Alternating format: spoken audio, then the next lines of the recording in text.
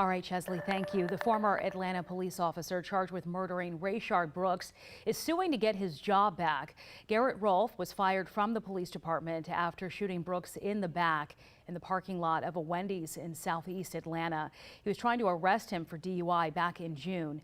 Well, now his attorneys have filed a lawsuit claiming the city of Atlanta denied Rolfe due process before his termination. Meanwhile, Fulton County DA Paul Howard is asking the court to revoke Rolfe's bond.